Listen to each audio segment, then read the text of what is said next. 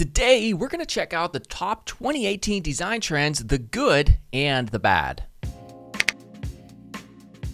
Oh, and hey, I'd like to point out this video's awesome sponsor, Skillshare.com, which offers thousands of classes in design, coding, business, and more. For instance, you're about to watch my video on design trends, but it might be worth watching this full course to understand core design fundamentals. Now, Skillshare is just $10 a month, but if you're the first 200 students to use my very exclusive link below in the description here on YouTube, then you get the first 2 months free. All right, so let's get started. So we're already in August of 2018, so we've had plenty of time for new design trends to form.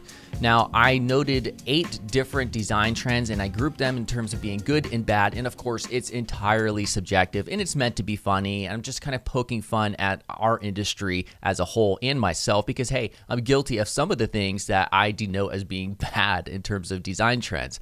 All right, so which design trend do you like the most, which is today's question? Go ahead and mention that and answer that in the comments below. Maybe watch the video first and then answer. And I'll also specify my thoughts in the pinned comment and you can read them down below. All right, let's get started.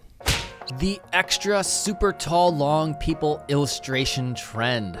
Now, I've been seeing this a lot lately, and some are executed very well from a pure design and aesthetic standpoint, but there's some strange intention in 2018 to make it appear as though they all suffer from some strange pituitary disorder. The particle background trend. Now, with cryptocurrencies and their blockchains exploding last year, we've seen a massive trend come about whereby 80% of all cryptocurrency websites featured the particle background. And it's become so popular that I now see it being used at least 2 or 3 times during my live portfolio reviews on Fridays. Visually, it's really cool, and I know you can modify them to sort of make them different and unique. But if I were creating a new site, I would definitely stay away from using this just because it's way too prevalent at this point. The Bezier curves on everything trend. Now, don't get me wrong, I'm a big fan of curves, but as with anything in life, they need to be used effectively and where it makes sense. I think what we're seeing now are a lot of people overusing Bezier curves just because everyone else is doing it. And I'm not necessarily saying these examples here are doing it wrong, but I've seen plenty of cases where it's clearly a gimmick and a distraction overall. The every male must have a beard trend. Oh, wait, sorry. That was 2017. All right, so let's end this on a more positive note and check out some of the trends that I definitely like here in 2018. Illustrations on user interfaces. I think the most prominent trend here in 2018 so far has been landing pages that go beyond the typical large white space hero sections with a photograph background, headline, subheadline, and a button layout to one now that includes some sort of vibrant, relevant, and hopefully eye-catching illustration. Now, if done right, some of these are really impressive, and as a designer, it will really push you outside of your comfort zone if you attempt to tackle one of these. Perhaps I'll do a tutorial on one soon. Micro interaction examples. I'm not really sure if we can call this a trend, but I've definitely seen a lot more examples of micro interactions where icons or different parts of the UI animate based on user interaction of some sort.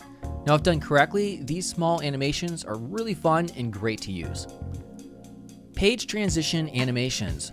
Now, with all the wonderful tools available to front-end designers, we're now able to create seamless page transition animations and realize them in the browser. With this technology, it's provided us designers with a whole new field to explore, and it's exciting. Vibrant colors in UI design.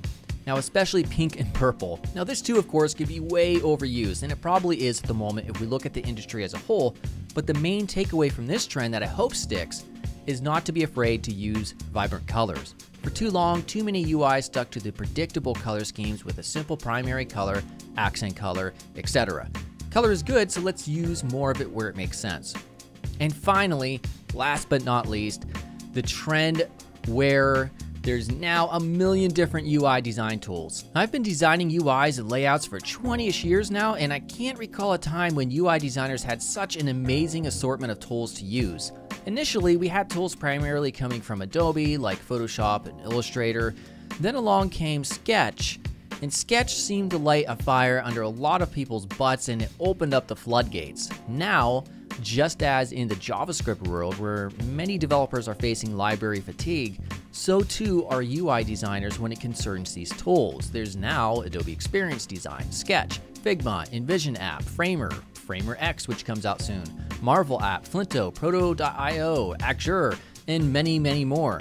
Now, eventually, the market will choose the winners, and many of these competitors are going to die off. And I believe the design tools that offer integration with the big three JavaScript frameworks like Angular, React, and/or Vue will ultimately win over. Apparently, Framer X intends to offer integration with React on some level.